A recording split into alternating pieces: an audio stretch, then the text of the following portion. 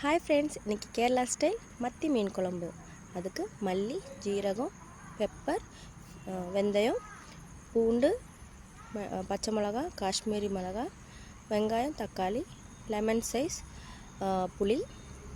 இதுக்கு மெயினாக தேங்காய் எண்ணெய் தாங்க வேணும். நீங்கள் எந்த எண்ணெய் வேணாலும் கூட யூஸ் பண்ணிக்கோங்க. அதில் காஷ்மீரி மிளகா, அப்புறம் சொன்ன இன்க்ரீடியன்ட்ஸ் அதெல்லாம் கொஞ்சம் ரோஸ்ட் பண்ணிவிட்டு ஜாருக்கு போட்டுக்கோங்க.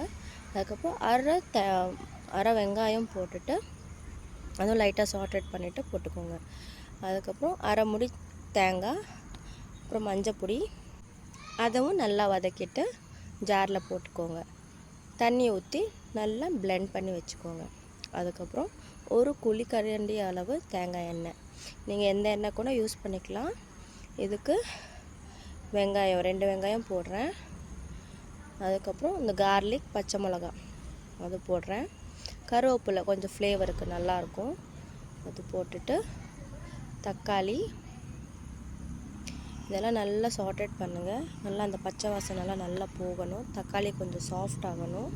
அதுக்கப்புறம் இந்த நாங்கள் மிக்ஸி ஜாரில் இருக்கிறத போட்டுக்கோங்க. அதுக்கப்புறம் நாங்கள் லெமன் சைஸ் புளி வச்சுருந்தோம் இல்லையா, அந்த தண்ணியும் போட்டுக்கோங்க. இது ஒரு 10 நிமிஷம் நல்லா பச்சை வாசனை போகிற வரைக்கும் நல்லா கொதி வரட்டும். வந்தப்புறம் நான் இங்கே மத்தி மீன் போடுறேன். உங்களுக்கு பிடிச்ச மீனும் போட்டுக்கோங்க, அது உங்கள் இஷ்டம். தேவையான அளவுக்கு உப்பு போட்டுட்டு அதுக்கப்புறம் மத்தி மீனை போட்டுக்கோங்க. மீன் ரொம்ப ஃப்ரெஷ்ஷாக நல்லாயிருக்கு. அதே மாதிரி உங்களுக்கு பிடிச்ச மீனை போட்டுக்கோங்க. எந்த மீனும் போடலாம்.